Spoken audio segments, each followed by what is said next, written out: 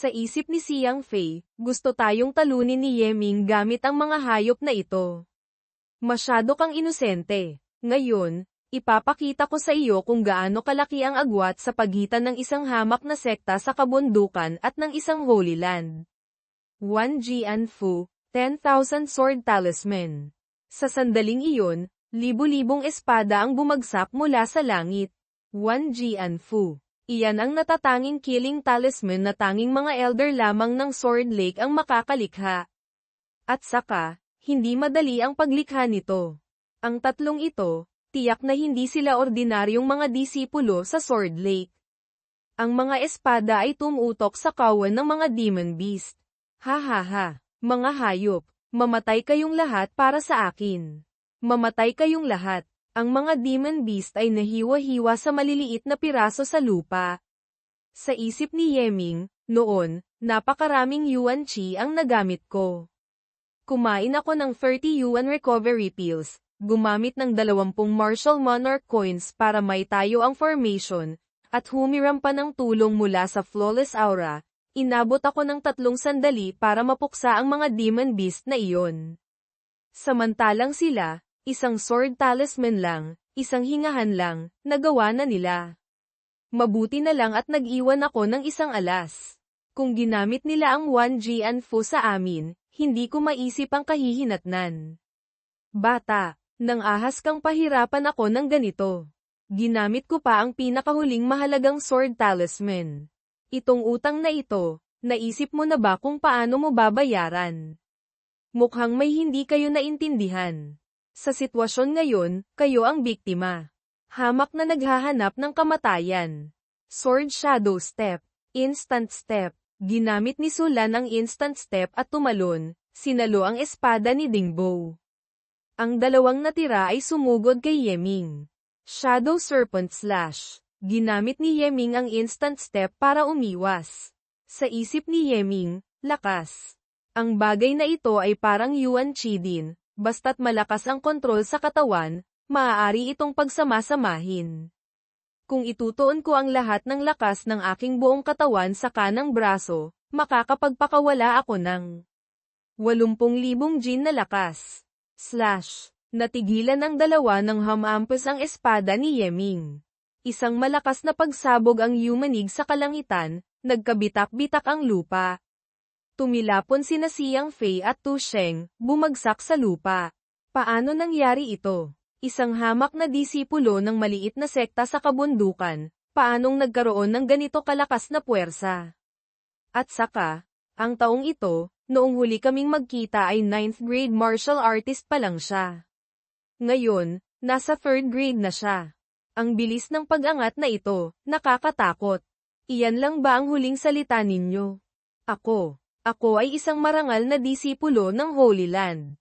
Sa hinaharap, ako ay magiging Holy Son. Hinding-hindi ako maaaring matalo. Ang aming kayabangan, ay hindi kami papayag na matalo. Patayin siya. Malinaw na ang pagkapanalo at pagkatalo. Ni hindi man lang tumakas o humingi ng tawad. Patay ka na. Kahit mapanatili mo pa ang iyong kayabangan, ano naman ngayon? Hayaan ninyong ihatid ko kayo sa inyong huling hantungan. Ang dalawang iyon ay pinutol ni Yeming sa dalawa. Yuan Bai Ring, Storage Ring. Pagkatapos ay dahan-daang bumagsak sa lupa. Xiang Fei, Tu Sheng. Kasasabi pa lang niya noon, tinusok na siya ng espada ni Sulan. Ikaw, sa isang labang buhay at kamatayan, nangangahas ka pang magambala. Hindi ko alam kung dapat kong sabihing mayabang ka o hanggal. Nagyelo siya at naging isang blok ng yelo, dahan-daang bumagsak. Nang tumama sa lupa, nadurog siya sa maliliit na piraso. Mingge, ito ang storage martial tool ni Dingbo. Nakuha mo na ba ang sa dalawa pang natira? Kailangan pa bang itanong iyan? Pagdating sa pagnakaw, pagkolekta ng mga gamit, bihasa ako dyan. Tingnan natin kung anong mga kayamanan ang nasa mga disipulo ng Holy Land. Gaya ng inaasahan, ang kalidad ng lahat ng martial tools ay hindi mababa. Sa paunang tansya, nagkakahalaga ito ng mga 50,000 martial monarch coins. Maituturing na kaunting yaman, ngunit hanggang dito lang. Susunod, kailangan lang nating mabuhay dito ng isang buwan para makapasa sa pagsubok. Lumipas ang panahon. Makalipas ang isang buwan. Nawala ang eksena. Maligayang pagbati sa inyong dalawa. Matagumpay ninyong nalampasan ang pagsubok ng Heavenly Cave. Narito na ang tunay na kaloob-looban ng Crimson Sun Heavenly Cave. Ang laki ng pagkakaiba kumpara sa madilim na lugar kanina. Hindi nga may kakaila na ito ay isang Heavenly Cave, tunay ngang ibang mundo. Ito ang Crimson Sun Token. Gamit ang token na ito, bago kayo umangat sa Martial Master Realm, nasaan man kayo, basta't mag-set up kayo ng simpleng transmission array, maaari kayong pumasok sa Heavenly Cave anumang oras. Idikit ninyo ang token sa inyong noo at linisin ito gamit ang Yuan Qi para maramdaman ang buong sitwasyon ng Heavenly Cave. Maging ang mga disenyo na angkop para sa cultivation o ang mga yaman dito, lahat ay naririto. Talagang para sa paggamit ng buong sekta. Hindi nga may kakaila na ito ay Heavenly Cave. Tanging isang martial god lamang ang makakalikha nito. Sa hinaharap, kung nasa ibang lugar tayo at gusto nating magkita, kailangan lang nating gumawa ng transmission token para magkita tayo rito. Madaling sabihin, ang pag-setup ng isang simpleng transmission array ay nangangailangan ng 150 martial monarch coins. Pagpasok at paglabas, 300 na iyon. Sinong ordinaryong tao ang makakayanan iyon? Mas makakamura pang sumakay sa isang flying vehicle. Kung maaari tayong pumasok dito anumang oras, hindi pa huli ang mag-cultivate sa ibang araw. Tama ka, may mga disipulo ng Sword Lake na nakapasok sa Heavenly Cave. Kailangan nating iulat ito agad kay Master. Agad na umalis sina Yeming at Sulan. Pagkatapos ay nagpunta sila kay Zhong Shento, Sect Master Martial Uncle. Ito po ang mga nangyari sa loob ng Heavenly Cave. Maliban sa tungkol sa flawless sacred body ni Lan Nhi, lahat ay sinabi na. Susunod, tingnan natin kung ano ang magiging desisyon ni Martial Uncle. Ako nga ang nagpabeya. Masyadong malayo ang iniisip ko. Pansamantala kong nakalimutan, ang Crimson Sun Sect, 100 taon na ang nakalilipas, ay nawalan ng isang Crimson Sun token. Lagi kong pinaghihinalaan na nasa kamay ito ni Sun Guang. Tama nga, gamit ang token na iyon, makakapagpadala siya ng tao papasok sa Heavenly Cave. Gayunpaman, ang mga taong papasok ay kailangang sumailalim sa pagsusuri ng kwalipikasyon mula sa simula, hindi tulad ng token mo na ito na mayroon pang pribilehiyo na kontrolin ang Heavenly Cave. Ang bagay na ito ay tiyak na may kinalaman kay Sun Baho. Siya ay disipulo ng Sword Lake Holy Land. Ang 3 disipulo ng Sword Lake ay siya ang nagpasok. Kahit ano paman, ang bagay na ito ay hinding-hindi ninyo dapat ipagsabi kan-inuman. Kahit sino pa ang magtanong, sabihin ninyong hindi ninyo nakita ang 3 sinasiyang Fae. Sila ay mga henyo at kayamanan ng Holy Land. Ngayong napatay sila, ang dignidad ng Holy Land ay hindi madaling galitin. Ang bigat ng sitwasyon ay hindi ninyo kayang akuin. Tama ka, kumpara sa Holy Land, kahit pa ako ay isang guard ng Marquis Manor at si Master ay isang Martial Monarch, wala pa rin kaming silbi. Ngunit, hahayaan na lang ba nating yumuko at magtago? Mali, hindi lamang kayo dapat umiwas sa unos na ito, kundi kailangan nyo ring pumunta sa ibang lugar para umiwas. Gamit lamang ang Crimson Sun Sect, hindi natin kayang harapin ang galit ng Sword Lake Holy Land. Sulan, nakuha ko na ang listahan ng mga tao mula sa Zuan Tian Holy Land mula kay Senior Brother Gao Fengxian. Pumunta ka sa Zuan Tian Holy Land para magtago. At saka, pag-aralan mo ang listahang ito, napakahalaga nito, hindi ko ito madaling nakuha.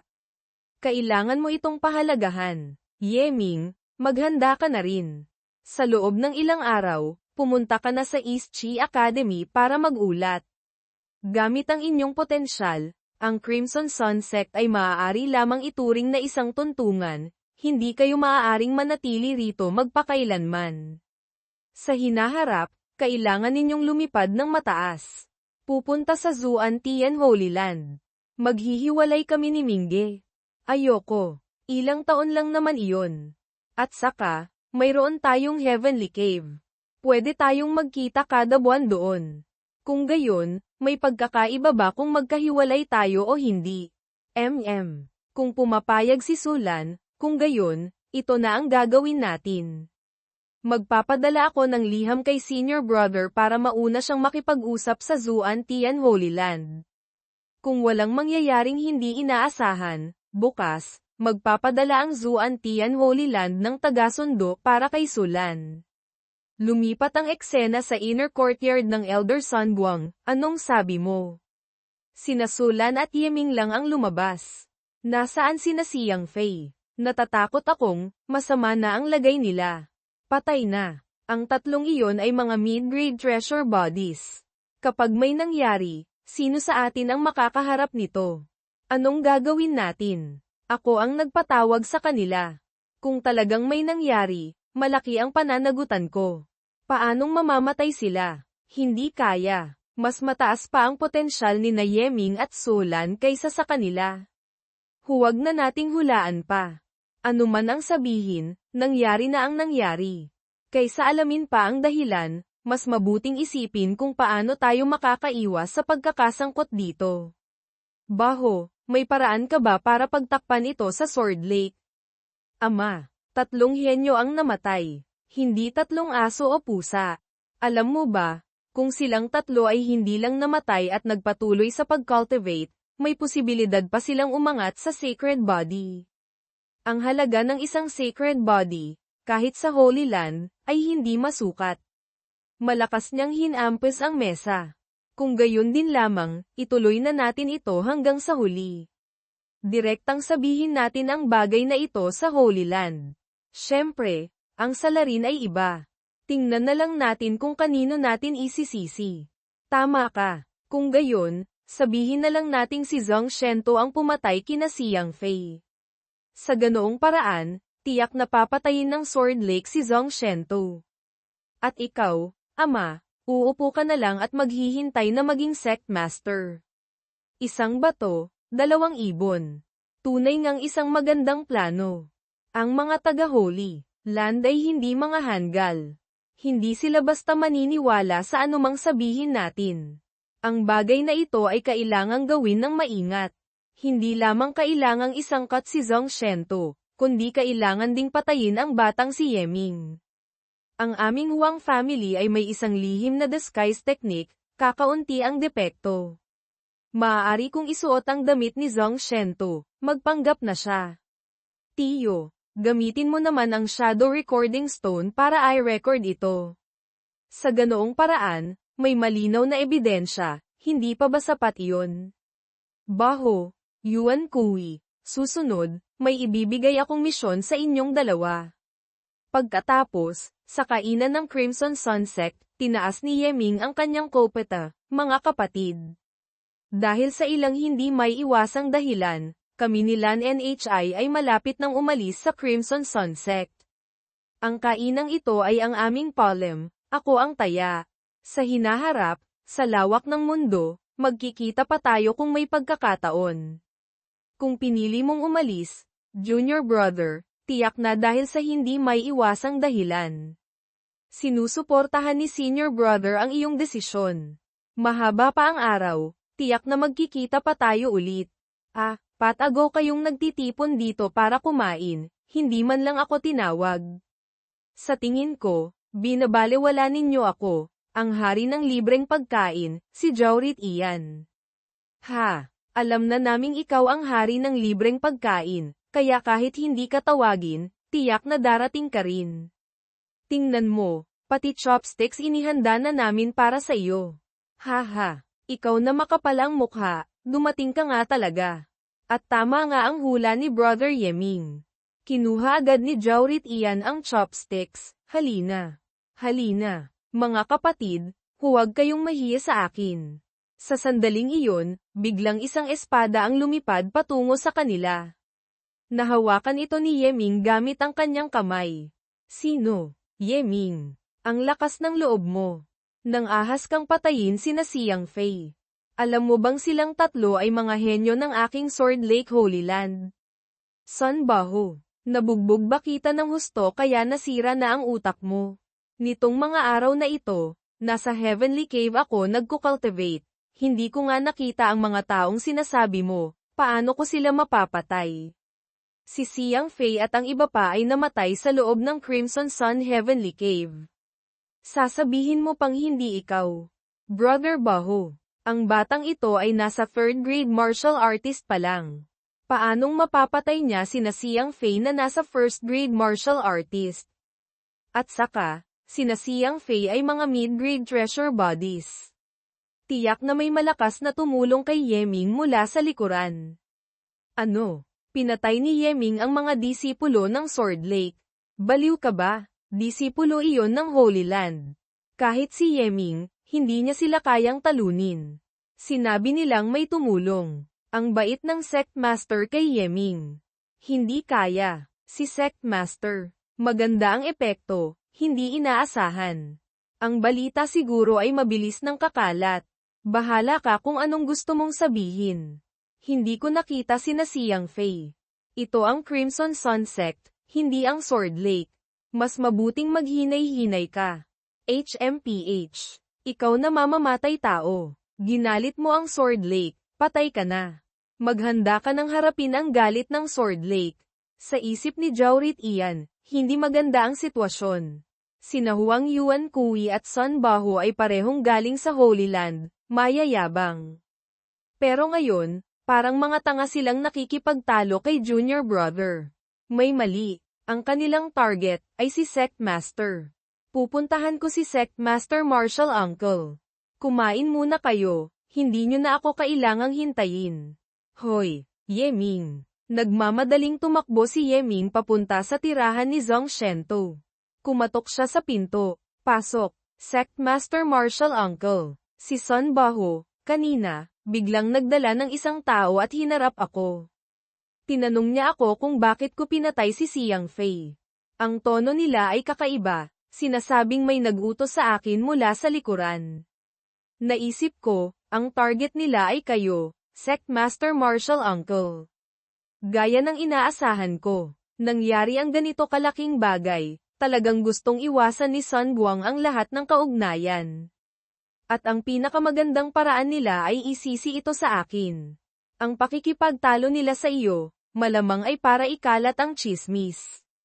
Pagkatapos, basta makahanap sila ng isang disipulong doble kara, kahit hindi ko pa aminin, mapipilitan akong managot. Naisip mo ito. Napakagaling. Hindi na sayang ang pag-aaruga sa iyo ng sekta. Martial Uncle, hindi kaya may paraan na kayo para malutas ito? Hindi malulutas. Kahit anong sabihin natin, basta't may ebidensya na maaaring ituro sa akin, pipiliin ng mga taga Sword Lake na paniwalaan ang salita ni Sun Baho. Sa huli, si Sun Baho, para sa kanila, ay isa sa kanila.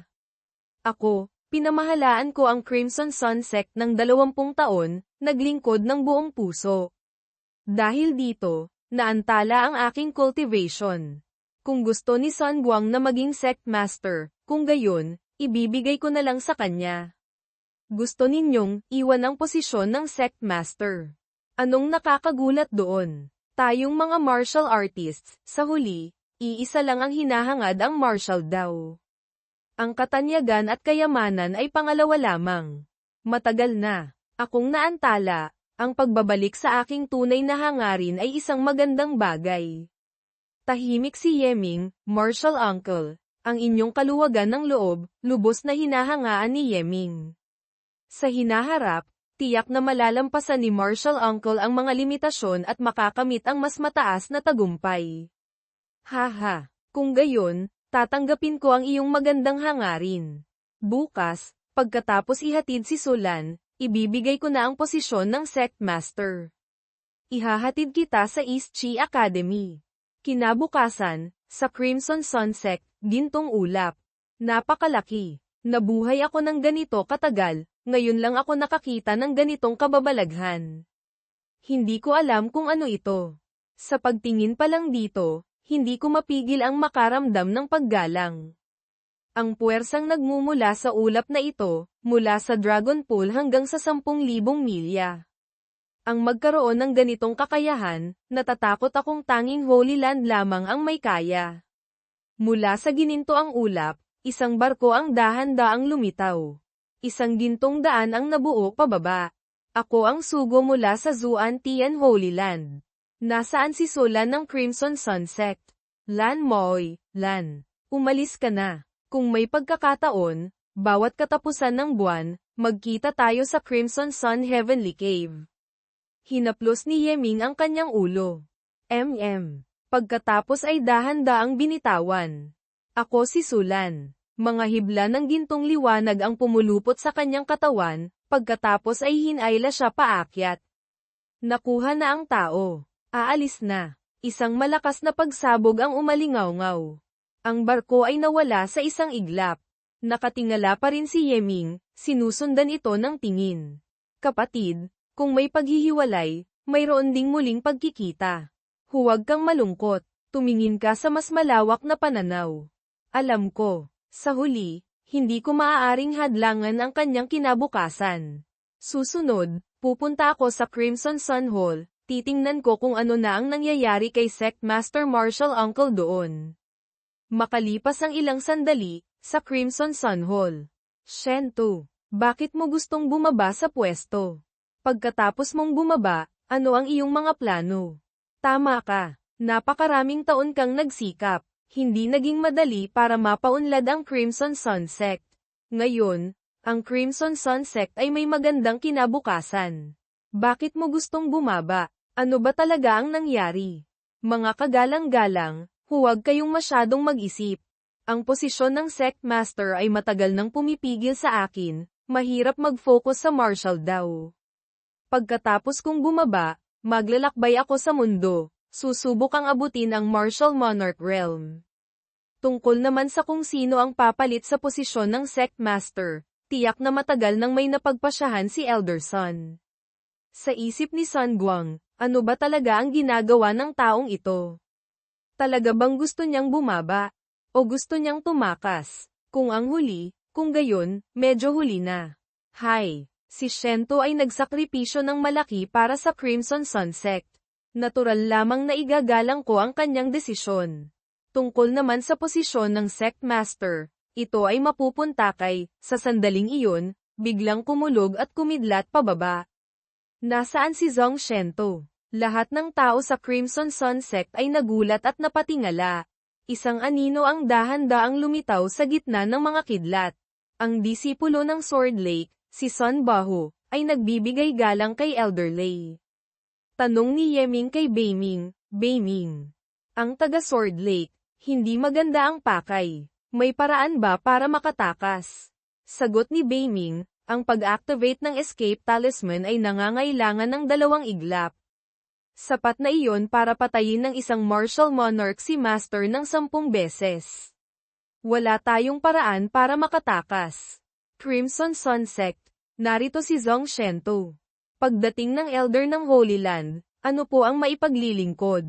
Napakabilis naman dumating ng mga taga Sword Lake. HMPH. Ang lakas din ng loob mo.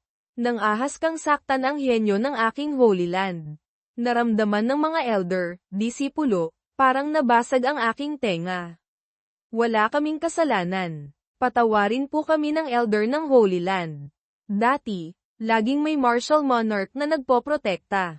Hindi ko inaasahan, kapag direktang hinarap, ganito pala kalakas ang puwersa ng isang martial monarch. Sa kanyang boses, may nakapaloob na martial daw will. Kung mas lakasan pa niya ng kaunti, kahit gaano pa kalakas ang katawan ni Master, mamamatay pa rin siya sa pagkayanig. Sabi ni Beiming, mabuti na lang at si Zhong Shen-tu ang kalaban niya. Master, hinding-hindi ka dapat makakuha ng kanyang atensyon. Elder ng Holy Land, maging malinaw po kayo. Hindi ko pinaslang ang sinuman mula sa Holy Land. Nangangahas ka pang magdahilan. Noon, ang mga sinabi mo sa akin ay na-record ko na gamit ang Shadow Recording Stone. Ipapakita ko sa iyo ang ebidensya. Zhong Shen-tu, ngayon, mamamatay ka na. Ipinakita ni Sun Guang ang imahe mula sa Shadow Recording Stone. Imahe Sun Guang, Sect Master. Bakit mo gustong ipahamak sina Siang Fei? Pumasok lang naman sila sa Heavenly Cave para mag-training. Ang ating Crimson Sun sect ay walang nawala. Imahe Zhongshento, haha. Yung mga batang iyon, walang pahintulot mula sa akin, basta na lang pumunta sa aking Crimson Sun sect para maghanap ng magandang lugar. Paano ko sila mapapalagpas? Gumamit lang ako ng kaunting paraan para mas madali silang mapatay ni Yeming. Nainis si Yeming, hindi lang si Zhongshento ang kinalaban, pati ako dinamay pa. Imahe Sun Guang, Sect Master. Sina Xiang Fei ay mga henyo ng Holy Land. Pinatay mo sila. Hindi tayo patatawarin ng Holy Land. Imahe Zhongshento, HMM. Ikaw ang naghanap sa kanila. Ikaw ang nagpasok sa kanila sa Heavenly Cave. Ang Holy Land ay ikaw lang ang hahanapin. Paanong sa akin nila isisisi?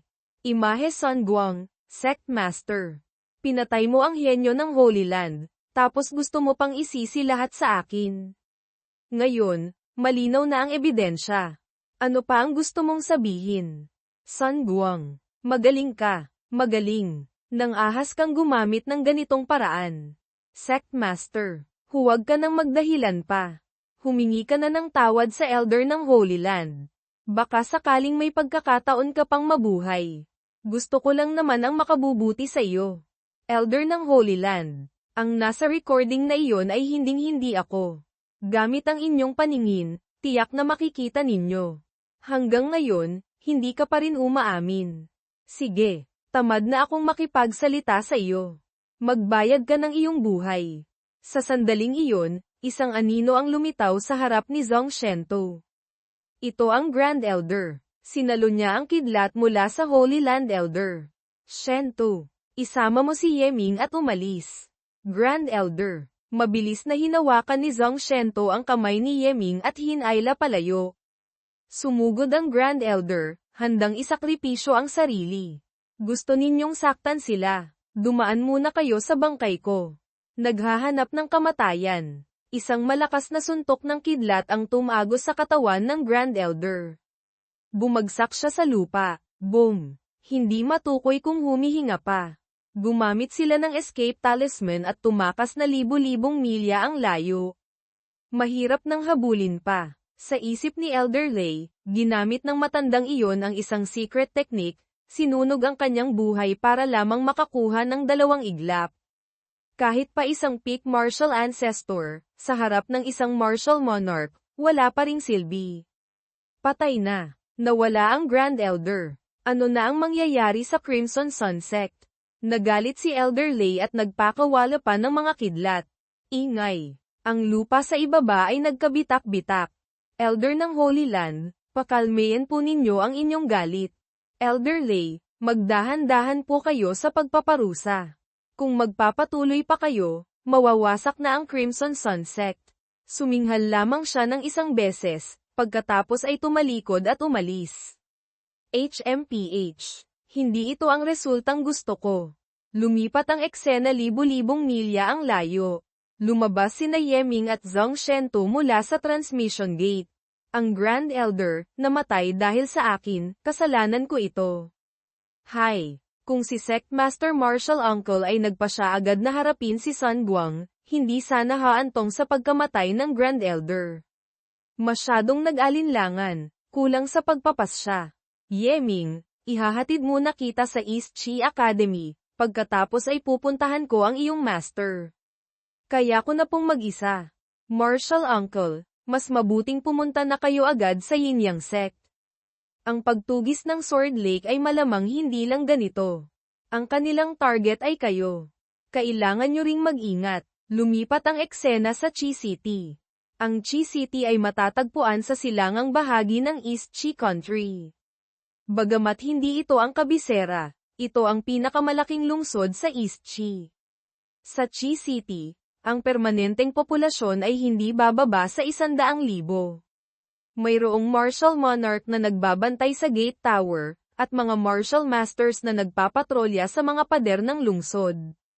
Sa paligid nito, mayroon pang 1,000,000 tao na nakatira sa mga maliliit na bayan. Napakalaki ng sakop nito. Kahit sa Azure Dragon Empire, Sapat na ito para mapabilang sa mga malalaking lungsod na nasa top 20. Lahat ng kasaganaang ito ay dahil sa pagkakaroon ng isang nangungunang akademya na may 10,000 taong kasaysayan, ang East Chi Academy. Napakasagana. Ang Yan City, na pinakamasagana sa Yan Prefecture, ay parang isang malayong maliit na bayan lamang kumpara rito. Sa loob ng lungsod na ito, mayroong 36 na malalaking tarangkahan. Sa bawat tarangkahan, may hindi mabilang na malalakas na mga pagbabawal at may martial monarch na nagbabantay. Ang buong Chi City ay magkakaugnay, bumubuo ng isang napakalaking defensive array. Sa ganitong setup, kahit isang martial god pa ang dumating, hindi ito agad masisira. Iyon ba ang pangunahing tarangkahan ng East Chi Academy? Sa harap ng tarangkahan ng akademya, nagbukas pa ng sag-alan. Pati bahay aliwan. Masyadong bukas naman dito. Senior, ang inyong lingkod po ay isang guard mula sa East Chi Marquee Manor, narito para mag-ulat para sa pagpasok. Maaari ko po bang malaman kung saan pupunta? Ano? Halos 2 linggo nang nagsimula ang klase, ngayon ka lang dumating para mag-ulat. Hindi ka ba nabugbog ng iba kaya ka natangga? Umuwi ka na. Sa susunod na taon ka na. Bumalik. Hindi ba't nahuli lang ng kaunti sa mga aralin? Babawiin ko na lang pagbalik. Sabihin nyo na sa akin kung saan ang lugar ng pagpaparehistro. Sige, sige, sige. Dahil mukhang tanga ka at walang alam, bibigyan kita ng paalala. Sa kasalukuyan, ang mga first-year students ay sumasailalim sa training at assessment. Pagkatapos nito, hahatiin na sila sa mga klase. Dahil nahuli ka ng ganito, napakalayo mo nang nahuhuli. Umaasa akong may instructor na gustong tumanggap sa iyo. Sa loob ng assessment grounds. Azure Dragon Steps. HMM. Hindi masama. Ang pagpapakita ni Zhang Heng para sa mga bagong mag-aaral ay sapat na. Itong si Zhang Heng, kahit sa mga second-year students, maituturing na siyang nasa mid-level. Instructor Liu Fei, kumusta po ang aking ipinakita? Ayos naman. Salamat sa iyong tulong. Maaari ka nang bumalik. Kanina ay ang demonstrasyon ni Zhang Heng ng Azure Dragon Steps. 2 linggo na kayong nagsasanay nito, marahil ay bihasa na kayo. Ngayon, magsisimula na ang pagsusuri. Pasensya na, sandali lang. Sino iyon? Ako si Yeming. Isa akong bagong mag-aaral, ngayon lang dumating sa akademya para mag-ulat. Sa pagsusuri, isama nyo na rin ako. 2 linggo nang nagsimula ang klase, ngayon lang dumating para mag-ulat. Ang taong ito, masyadong walang respeto sa akademya. Hehe, ang paksa ng pagsusuring ito ay ang pagmaster ng Azure Dragon Steps. Ang taong ito ay hindi pa man lang natututunan ng Azure Dragon Steps, pumunta rito para maging pampuno. Mamaya, paglalaruan natin siya. Nahuli ng ganito sa pag-uulat, medyo mahirap ito. Instructor Hu, Instructor Sun, sa inyong 2 klase, natatandaan kong may bakante pa, hindi ba? Sakto, kara-rating lang ng bagong mag-aaral na ito. Huwag kang magsalita ng kung ano-ano. Walang bakante, matagal nang napunan. Ganoon din sa aming klase. Puno na. Itong mamantikang tinapay na kulang sa aralin, figurative for someone lagang behind. Tanga lang ang gugustuhing tanggapin siya ng instructor. Hindi ba't mapapababa lang ang ranggo ng klase? Bamantong hininga si Liu Fei. Yeming, tama ba? Ako si Liu Fei. Bagamat puno na rin ang aming klase. Ngunit sa assessment na ito, may ilang mag-aaral na nasa huli ang aalisin. Ilalagay kita sa listahan ng aking klase para sumali sa assessment. Ito ang Azure Dragon Steps. Ang unang paksa sa assessment na ito ay ang kontrol sa Azure Dragon Steps. Ang iyong pwesto sa pagsusuri, ilalagay kita sa pinakahuli. Gamitin mo ang oras para maging pamilyar sa step technique na ito. Oh, Divine Deduction Art. Mukhang wala ng pag-asa ang batang ito. Tingnan na lang natin kung may pagkakataon pa siya sa susunod na taon. Sige, susunod, magsisimula na ang pagsusuri. Mga mag-aaral, 2 tao bawat grupo. Instructor Liu Fei, sandali po. TSK, TSK. Pumasok pa sa klase natin. Mas lumiit ng kaunti ang pressure. Isang dagdag na pampuno, mas maliit ng isang bahagi ang tsansang maalis. Kawawa naman ang taong ito. Kara-rating pa lang sa akademya, kailangan ng maghanda para umalis. Hoy, mag-aaral Yeming. Ano na naman ang kailangan mo? Ang Azure Dragon Steps, natapos ko ng tingnan. Isinasauli ko na sa iyo. Ano? Sandali pa lang ang lumipas, natapos na niyang tingnan ang Azure Dragon Steps. Kahit natapos pa niyang tingnan, ano naman? Ito'y isang praktikal na assessment ng step technique. Hindi pa man lang siya nakakapag-practice. Hindi ba't pampuno pa rin siya? Ha, Liu Fei. Tingnan mo ang itsura ng bagong mag-aaral mong ito, mukhang hindi gaanong magagamit, ano? Hindi nakapagtatakang nahuli siya. Ang Azure Dragon Steps ay isang third-grade step technique. Kahit pa isang mahusay na martial artist na may spirit body physique, para maunawaan ito sa simula ay kailangan ng 3 araw. Sa ganoon kaikling panahon, ano naman ang makikita niya? Kailangan mong malaman kung ano ang sinasabi mo. Ang assessment na ito ay para alisin ang mga mag-aaral. Ang ganoon kaikling panahon ay sapat lamang para tingnan ang talaan ng nilalaman. Paanong matatapos niyang tingnan? Walang problema. Direktang magsimula na tayo. Unang pagsusuri, magsimula. Sa kamay ng mga mag-aaral ngayon ay may nakapahid na puting spirit powder. Ang mga tao sa paligid ko, nasaan na? Mamaya, automatikong pumili ng isang kalaban. 2 tao bawat grupo. Tumayo ng maayos. Ang unang yugto ng assessment ay gumagamit ng paraang dalawahan. Ang magkabilang panig ay kailangang gamitin ang Azure Dragon Steps para iwasan ang atake ng kalaban. Ang unang matamaan ng Spirit Powder ay talo. Bukod dito, sa assessment na ito, hindi maaaring gumamit ng ibang step technique maliban sa Azure Dragon Steps. Susunod, magsimula na sa pagpili ng kalaban. Pinipili ko si Yeming. Tabi, mas malapit ako kay Yeming.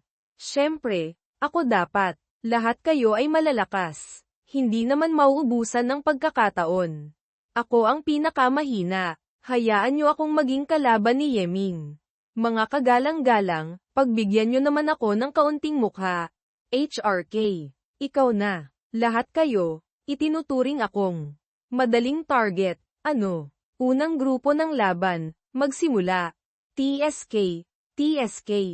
Nitong 2 linggong pagpasok, araw-araw akong nagpraktis ng Azure Dragon Steps ng hanggang 10 oras. Ganap ko nang na-master ang unang 3 sets. Pinili mo akong kalaban. Maswerte ka. Huwag kang mag-isip ng marami. Basta lang akong pumili. Tungkol naman sa kung gaano kakatagal nagpraktis, wala akong pakialam. Ang galing mong magsalita. Agad siyang sumugod. Ginamit ang Azure Dragon Steps. Ginamit din ni Yeming ang Azure Dragon Steps. Tumalon pa atras. TSK. TSK. Nagawa mong iwasan ang isang atake ko. Hindi ko maitatangging minaliit kita. Susunod, magiging seryoso na ako. Laban ng unang grupo, tapos na. Panalo, Yeming. Nakatanga ang kalaban, hindi maintindihan ang nangyari. Anong nangyari? Kanina, nakita mo ba ng malinaw? Hindi ko talaga nakita ng malinaw ang kilos ni Yeming. Ang kanyang anyo, hindi ko talaga makita ng malinaw. Isang iglap lang, nanalo na siya. Talaga bang, unang beses niyang gamitin ang Azure Dragon Steps? Hindi kaya, dati na siyang nagpraktis nito. Imposible. Kailan niya ba tayo tinamaan? Ni hindi ko man lang naramdaman. Noon mismong sumugod ka para atakihin siya. Agad niyang ginamit ang Azure Dragon Steps para tumakas at gamit ang napakabilis na kilos, sunod-sunod kang tinamaan. Dahil sa alituntunin na kailangan lang idikit ang Spirit Powder, napakaliit ng puwersa niya. Dagdag pa ang sapat na bilis, kaya hindi mo napansin. Ang ganitong klaseng detalyadong pagsasagawa, mahirap isipin na unang beses pa lang niyang gamitin ang Azure Dragon Steps. At saka, Ang ganitong uri ng kamalayan sa pag-iwas sa atake ay nangangailangan ng malaking karanasan sa tunay na laban para mahubog. Ang ganitong potensyal, mukhang nakaligtaan natin ang isang magaling na binhi.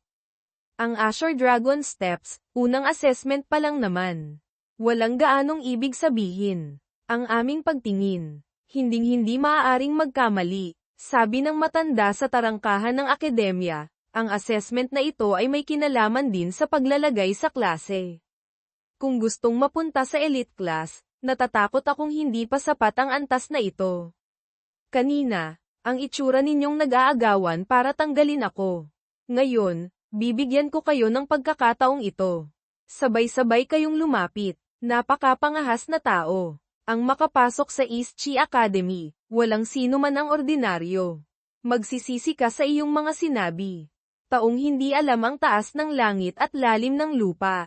Lumipas ang panahon. Pagkalipas ng kalahating oras, lahat sila ay nakahandusay na sa sahig.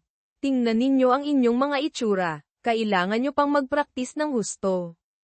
Ang Azure Dragon Steps, bagamat mahusay, ay malayo pa kumpara sa Heavenly Killing Steps. Gamit ang pangunawa ng aking Heaven-Earth Treasure Body, ginamit ko ang Divine Deduction Art, nagpraktis ng 3 araw sa Divine Sea sa totoong mundo, 2 hingahan lang ang lumipas at naging bihasa na ako. Napakaraming mag-aaral, nagawa lamang tumagal sa ilalim ng kanyang mga kamay ng kalahating oras. At saka, sa buong proseso, Azure Dragon Steps lamang ang ginamit niya. Walang ginamit na ibang martial technique. Paanong nagawa niya ito? Interesante. Kung siya, marahil kaya niya. Mag-aaral Yeming. Ang iyong talento ay lumampas sa aking inaasahan. Ang mga ordinaryong bagong mag-aaral ay mahihirapang maging banta sa iyo. Susunod, ako na ang magiging kalaban mo. Siyempre, gagamit lamang ako ng mga skill na katumbas ng iyong realm. Maliban dito, ang ibang mga alituntunin ay ganoon pa rin. Sige, tinatanggap ko. Gaya ng inaasahan, mayroon pa palang mas mataas na antas ng pagsusuri. Ang Azure Dragon Steps ay may kabuoang 9 na hakbang. Sa pagitan, may mga kombinasyon ng pagbabago, na maaaring bumuo ng hindi mabilang na uri ng mga pagkakaiba-iba. Kailangan mong umiwas ng mabilis. Ang bilis. Hindi pa dumarating ang tunog, naroon na ang tao. Kung hindi ako naghanda ng lubos, malamang nataman na ako. Hindi masama. Sa pamamagitan lang ng pag-iwas mo kanina, maaari na kitang bigyan ng perpektong 10 puntos. Susunod, tingnan natin kung anong antas ang maaabot mo. Kung gayon, maraming salamat, instructor. Pagkatapos, sa loob ng assessment area, mga anino na lamang nilang 2 ang makikitang gumagalaw. Iyang si Yeming, talaga bang antas lang ng mag-aaral? Nagagawa niyang bahagyang harapin ang pagtugis ni Instructor Liu Fei. Nakakatakot, hindi ko inaasahan, sa ating batch, mayroon palang ganitong klaseng henyo. Ang batang ito, tiyak na nakapagpraktis na ng step technique na mas mataas kaysa sa Azure Dragon Steps. Kung hindi, gaano man siya ka-enyo, hindi niya ito magagawa. Gayunpaman, ang assessment na ito ay may 2 bahagi. Sa susunod na bahagi ng assessment, wala na siyang kalamangan na ganito. Papalapit ng papalapit ang agwat. Pinakamarami, 2 o 3 hakbang pa, matatalo na ako. Bagamat nakakuha na ako ng perpektong puntos, gusto ko pa ring makita, kung mananalo ako, ano kaya ang magiging resulta. Tai Divine Calculation. Ang alituntunin ay nagsasabing hindi maaaring gumamit ng ibang step technique maliban sa Azure Dragon Steps. Ngunit hindi naman ito pinagbabawalan ang deduction arts. Nakita na ni Yeming ang mga hakbang ni Liu Fei, nakita ko na. Ang susunod niyang hakbang ay 2 hakbang sa aking harapan. Kung mauuna ako sa kanyang hihintuan, agad tumakbo si Yeming papunta roon. Bakit bigla siyang lumitaw sa aking hihintuan? Hindi kaya, nagkataon lang. Patay. Ngayon, hindi ko na mababago ang direksyon. Dumiretso ang mukha ni Yeming sa dibdib ni Liu Fei. Biglang tumahimik ang paligid na parang sementeryo. Nanay ko po, Nang ahas siyang gawin, ang bagay na tinitingnan lang natin. Ikaw ang tunay na matapang. Talagang hinahangaan kita. Ano ito? Ang lambot. Hindi ko inaasahan, si Instructor Leo Fei ay nagsusuot pala ng malambot na baluti. Makakaya kaya nitong pigilan ang lakas ng atake. Sabi ni Beiming, Master, pag-isipan mong mabuti. Hindi ito proteksyong sandata. Naalala ni Yeming si Kwang Tuyet noon. Namula siya. Ay iyon. Pasensya na, Instructor. Hindi ko sinasadya. Aksidente lang iyon, aksidente. Alam ko. Kung hindi, nasa infirmary ka na ngayon. Yeming. Sa assessment na ito, natalo mo ang instructor. Sa 10 perpektong puntos, bibigyan pa kita ng karagdagang 2 puntos. Susunod, maghanda ang mga mag-aaral. Ipagpapatuloy natin ang ikalawang yugto ng assessment. Ang ikalawang paksa ng assessment ay array formation. Susunod, bibigyan ko kayo ng tigtatatlong array flags at isang green spirit grass. Kailangan ninyong gamitin ang mga ito para mag-set up ng isang maliit na spirit gathering array. Tulungan ninyong lumago ang green spirit grass. Kung mas maganda ang paglago ng green spirit grass, mas mataas ang puntos na makukuha. Ikalawang paksa ng assessment, magsimula. Nagsimula ng mag-set up ng array ang lahat. Ang Spirit Gathering Array ay itinuturing na isang simple at maliit na array formation, kaya ang mga materyales ay mababa rin ang antas. Ngunit dahil din dito, ang antas ng array formation ng taong nagse-set up ay mas direktang maipapakita. Iyang si Yeming, bagamat kahanga-hanga ang ipinakita sa step technique assessment, pagdating sa array formation, ibang usapan na iyon. Ang step technique at array formation ay dalawang magkaibang larangan. Kung mayroon siyang ganoong pangunawa sa martial techniques, tiyak na ginugol niya ang maraming oras sa praktikal na laban. Paanong magkakaroon pa siya ng oras para matutong mag-set up ng array? Tapos na ako. Tapos na rin ako. Hindi masama. Lumago ng kalahating metro. Hindi nga may kakaila na sila'y mga mag-aaral na tinuruan ko. Iyang si Yeming, natatakot akong kahit kalahati ng sa kanila ay hindi niya mararating. Gamit ang aking paningin, hinding-hindi ako makakaligtan ng anumang talento. Sa sandaling iyon, naging mas makapal ang spiritual energy sa paligid.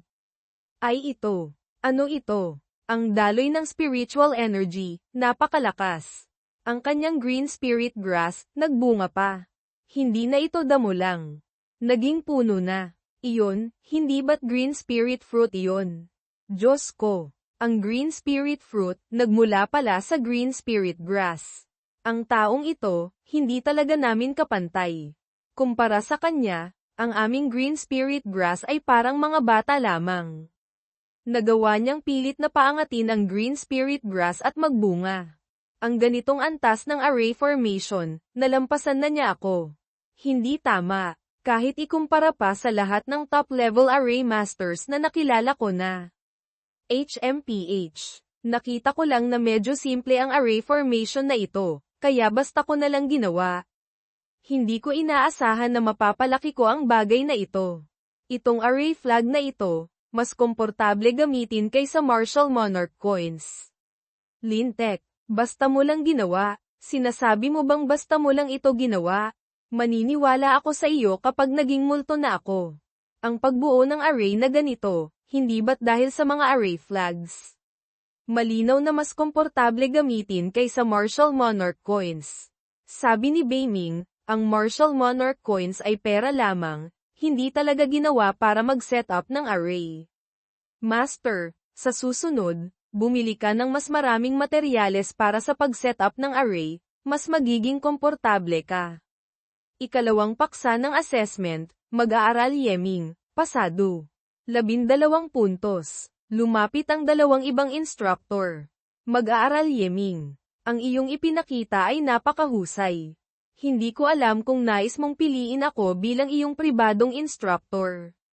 Pribadong pagtuturo. Tama, Yeming. Kara-rating mo lang kaya hindi mo alam. Ang East Chi Academy ay laging nagbibigay diin sa pagtuturo ayon sa kakayahan. Yeming, ang iyong kakayahang matuto ay napakaganda. Inirerekomenda kita na sumali sa elite class. Ang bilang ng mga mag-aaral sa elite class ay napakakaunti, bawat batch ay iisa lamang ang klase. Ngunit makakakuha ka ng mas maraming yaman. Kung pagkatapos kong irekomenda ka ay matagumpay kang makapasok sa elite class, ako rin ay magiging pribadong instructor mo. Basta't piliin mo ako, bawat buwan, bibigyan pa kita ng karagdagang 1,000 Marshall Monarch coins na scholarship bukod pa. Piliin mo ako. Nakapagturo na ako ng hindi mabilang na martial ancestors. Tinitiyak kong ang iyong kinabukasan ay walang hanggan. Elite class. Iyon ang lugar kung saan nagtitipon ang mga pinakamahuhusay na talento sa akademya. Ang ganoong lugar, kahit isipin ko lang, hindi ko magawa. Gaya ng inaasahan, si Yeming at kami ay hindi magkapantay. Ang pag-uuri ng mga mag-aaral. Ang pagtuturo ay tiyak na may iba't ibang antas din. Paliwanag ni Beiming, tiyak na nakita nilang maganda ang potensyal ni Master, gusto nilang hubugin si Master para umangat sila bilang mga instructor. Ganoon ba? Ngunit ang pagsali sa elite class ay isang magandang bagay din para sa akin. Kung kailangang pumili ng isang instructor, Liu Fei, pumapayag ka bang maging pribadong instructor ko? Hinawakan agad ni Liu Fei ang kamay ni Yeming, alam ko nang ako ang pipiliin mo. Isang salita lang, kasunduan na.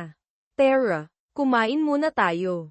Pag-usapan natin ang mga susunod na bagay. Sa isip ni Yeming, masyadong mabilis pumayag. Bakit parang may pakiramdam akong naloko ako?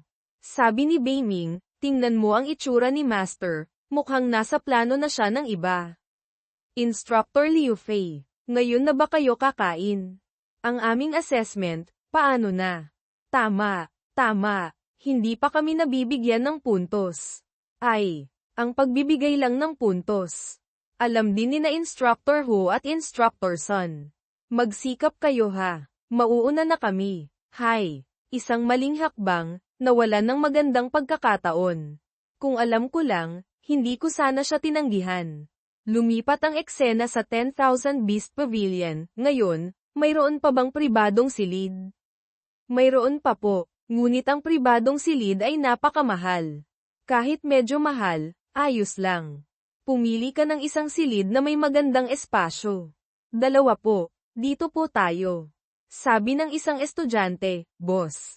Hindi ba't iyon ang magiging sister-in-law natin sa hinaharap? Yung batang kasama niya, sino iyon? Mukhang pupunta sila sa pribadong silid para kumain.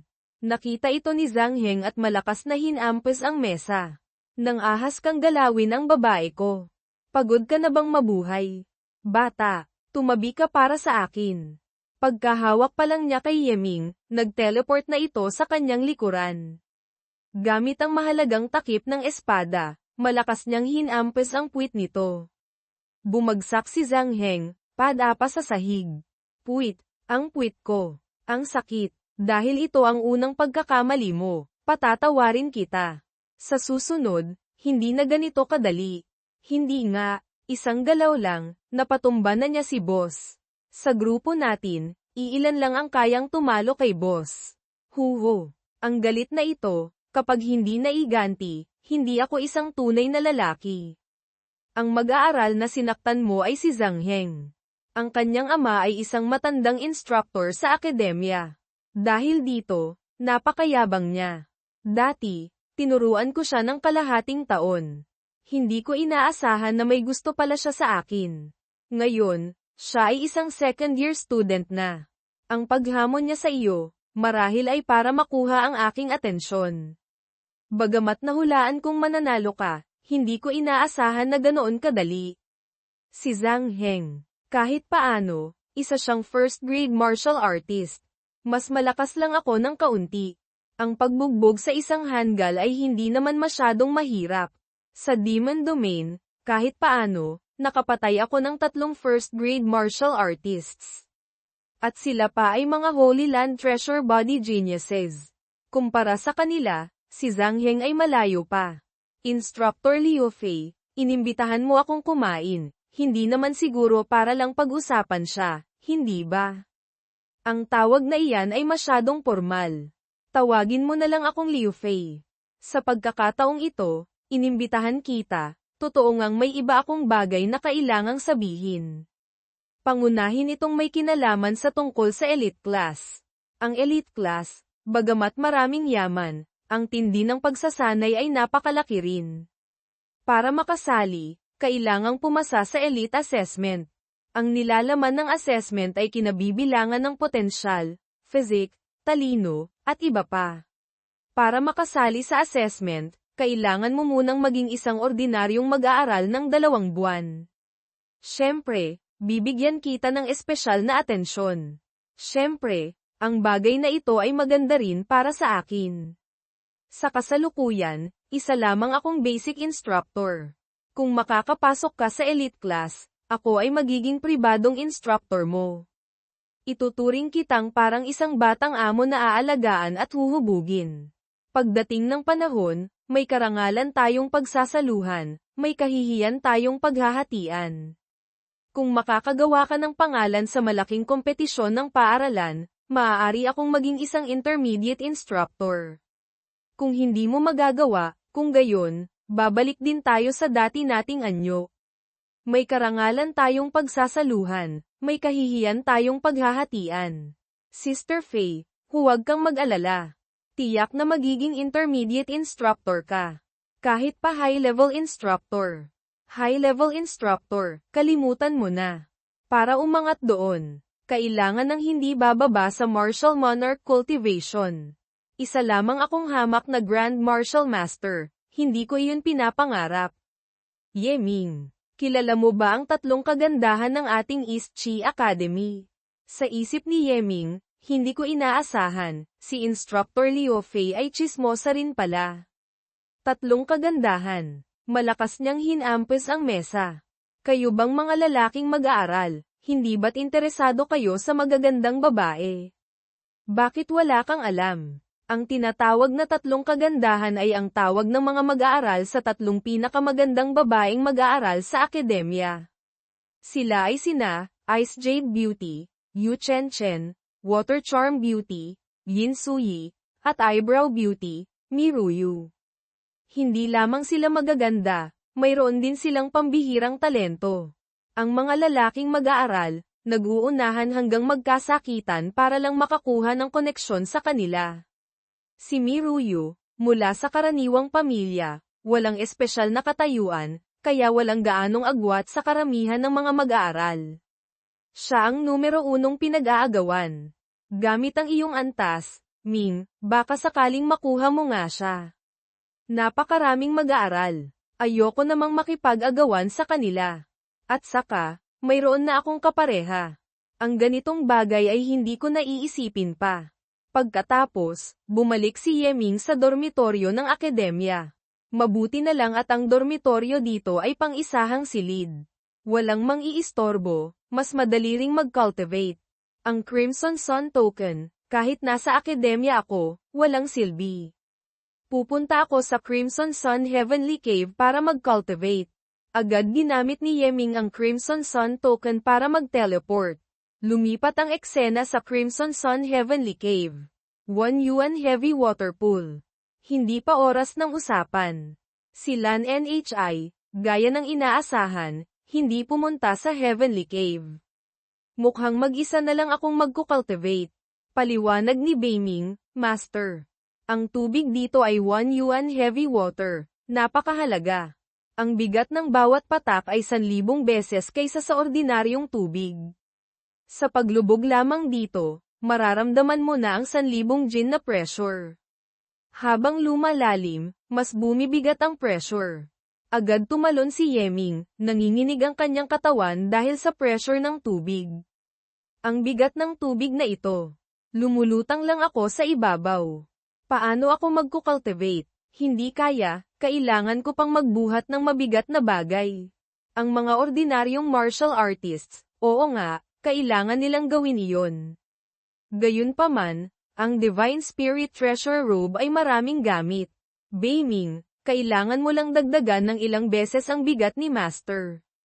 Pagkasabi noon, dahan-daang lumubog si Yeming.